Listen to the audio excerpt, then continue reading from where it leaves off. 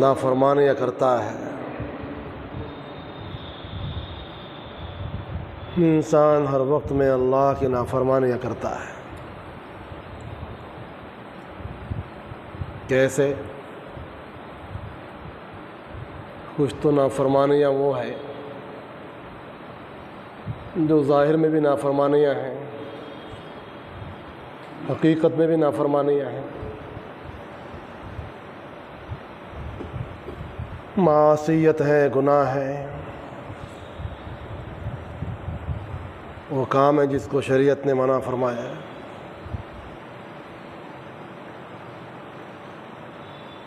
اور جو کام وہ سمجھتا ہے کہ یہ کام عبادت ہے، دین کے کام ہیں، ان کو تو وہ بہت بڑا کام سمجھ کے انجام دے رہا ہے کہ کام دین کے ہیں، عبادت کے کام ہیں، لیکن ان کاموں کے اندر بھی کتنی غفلت ہے، کتنی کوتاہیاں ہیں، کتنی سستیاں ہیں۔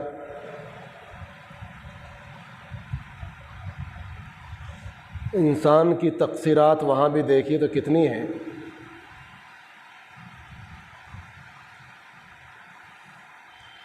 اور انسان اس بات کا محاسبہ کرے تو معلوم ہوگا کہ اس نے جو عبادت کی ہے،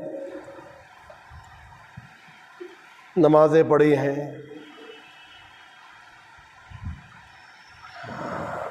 تلاوتیں کی ہیں، ذکر اللہ کیا ہے، کسی کے ساتھ کوئی بھلا کام کیا ہے، اس میں کیا نیت تھی اس کی، اور اس کے وہاں کیا جذبات تھے،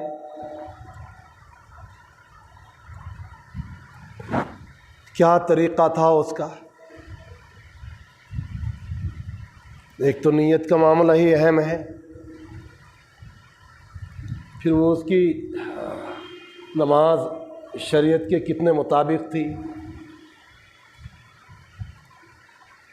اس کے وہ کام جس کو وہ سمجھتا تھا کہ دین کے کام ہیں، وہ کام کتنے صحیح طریقے پر تھے، کتنے سنت کے مطابق تھے۔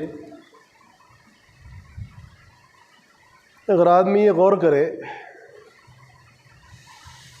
تو کیا واقعی اس کی عبادات، اس کے طور طریقے، اس کے یہ معاملات، وہ یہ سمجھتا ہے کہ اللہ کے یہاں قبول ہونے کے لائق ہیں؟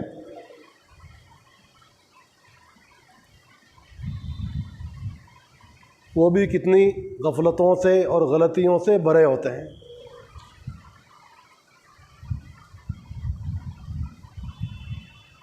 نہ نمازوں کا حق انسان ادا کر پاتا ہے، نہ قرآن پاک کا کوئی حق ادا کر پاتا ہے، نہ اچھے اعمال کو جیسے کرنا تھا ویسے کر پایا۔ تو غور کیا تو کمیاں ہی کمیاں پائی گئی۔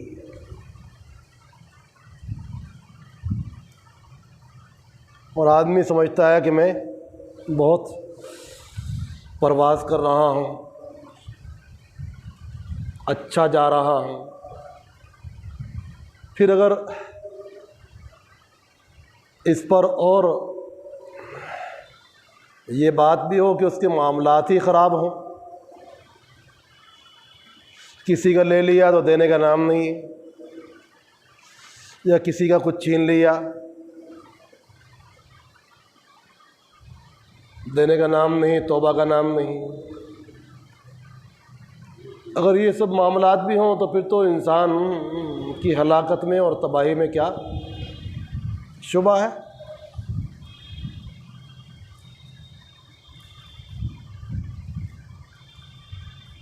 تو انسان ہر وقت خطاؤں اور قصوروں کے درمیان چلتا رہتا ہے۔ بہت کم ایسے اللہ کے خاص بندے ہوں گے جن پر خاص فضل ہوتا ہے کہ وہ ان کی عبادات کچھ اچھی ہو جائیں، اللہ کے دربار میں قبول ہونے کے لائق ہو جائیں۔ ان کے معاملات کا حال کچھ ٹھیک ہو جائے، ان کی زبان ٹھیک کام کرنے لگے، ان کی نظر ٹھیک کام کرنے لگے، ان کے ہاتھ ٹھیک کام کرنے لگے، ان کے پاؤں ٹھیک کام کرنے لگے، ان کا دل دماغ اللہ کی مرضیات کے مطابق کام کرنے لگے۔ ایسے کتنے پرسنٹ انسان ہوں گے؟ اگر انسان اس بات کو سوچے تو معلوم ہوا کہ بہت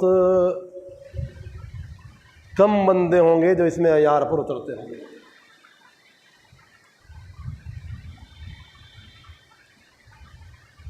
تو ایسی صورتحال میں انسان کس چیز کا دعویٰ کر سکتا ہے؟ دعویٰ کر سکتا ہے کہ اس نے دین کا کام کیا؟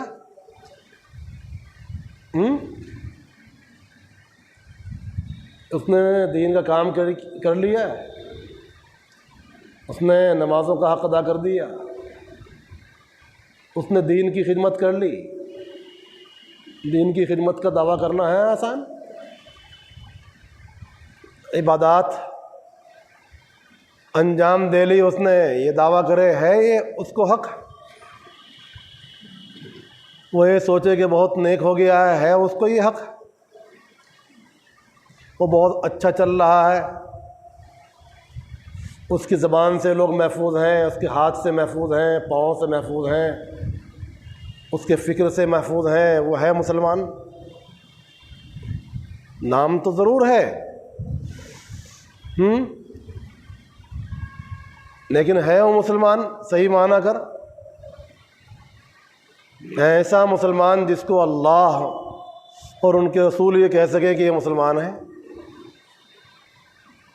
ایسا مسلمان بن جانا کہ اللہ اور ان کے رسول کی مرضی کے مطابق ہو، یہ آسان کام نہیں ہے۔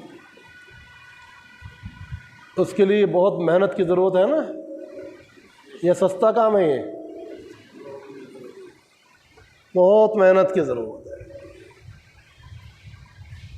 بڑی محنت کی ضرورت ہے، اس کے لیے بڑی فکر کی ضرورت ہے، بڑی توجہ کی ضرورت ہے، مسلسل فکر کی ضرورت، مسلسل محنت کی ضرورت، مسلسل توجہ کی ضرورت،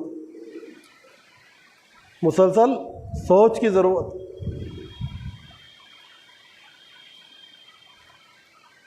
یہ فکریں کہاں ہوتی ہیں؟ یہ فکریں خانقاہوں میں ہوتی ہیں کہ ہماری کتنی اصلاح ہوئی، ہماری کتنی اصلاح ہوئی، ہمارے اندر کتنی پابندی آئی، نمازوں کا کتنا شوق آیا اور عبادات کا کتنا شوق آیا، برائیوں سے بچنے کا ہمارے دل میں کتنا جذبہ آیا، ہمارے حالت میں کتنی تبدیلی آئی، ہماری زبان کتنی پاکیزہ ہوئی، اخلاق کیسے بنے ہمارے، پہلے جیسے ہیں یا اس سے زیادہ بگڑ گئے ہیں، یہ بھی ہمیں معلوم نہیں۔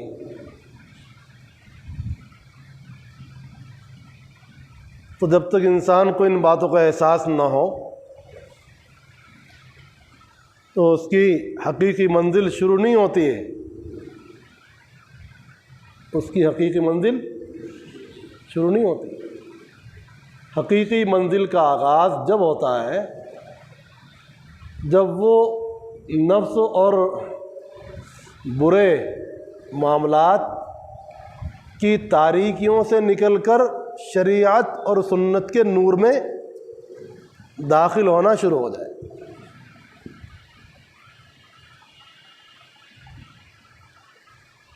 معصیت کے ظلمت سے، معصیت کی ظلمت سے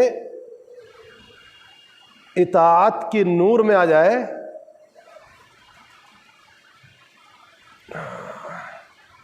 اور اس کے اندر تبدیلی آ جائے، اچھی تبدیلی، بہتر تبدیلی،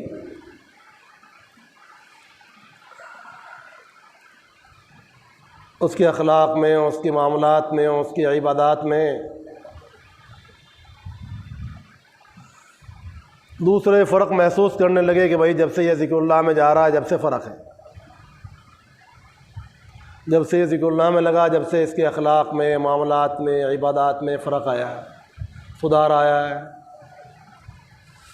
اس کی صورت پر سنت کا نور آیا ہے، شریعت کا نور آیا ہے، اس کے مزاج میں نرمی آئی ہے، معاملات سچے ہوئے ہیں، جھوٹ بولنا چھوڑ دیا ہے اس نے، دھوکہ دینا چھوڑ دیا ہے اس نے، کسی کے ساتھ چال بازیاں کرنا چھوڑ دیا ہے اس نے، سچے انداز سے معاملات کر رہا ہے، تب ہے ذکر اللہ کا فائدہ، تب ہے ذکر اللہ کا، تبھی ہے تبلیغ کا فائدہ بھی، تو اس کے معاملات میں سدھار پیدا ہوتا ہے، تب ہے اس کے تبلیغ میں لگنے کا فائدہ، اس کے خانقاہوں میں آنے کا فائدہ۔ ورنہ معلوم ہوا کہ بس وہ آنا جانا کر رہا ہے اور اثرات لے کے نہیں اٹھ رہا ہے، اس کی طبیعت پر اثرات نہیں آ رہے ہیں، وہی بری باتیں غالب ہیں،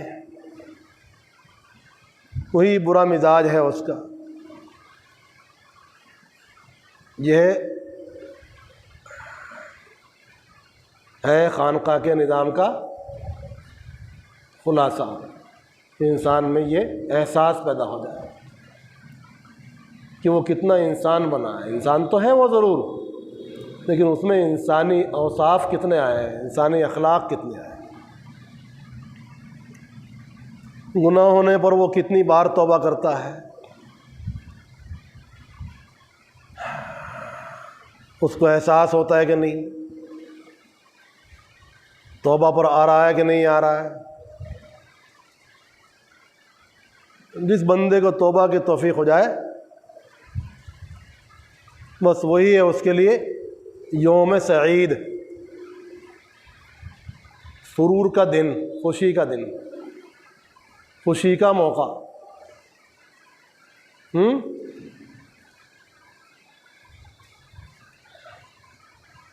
وہی ہے اس کے لیے خوشی کا موقع۔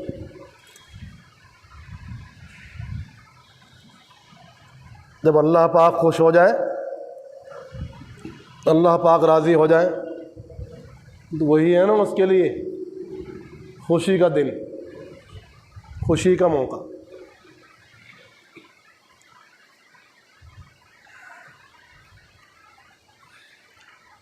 استغفر اللہ ربی من کل ذنب واتوب الیہ۔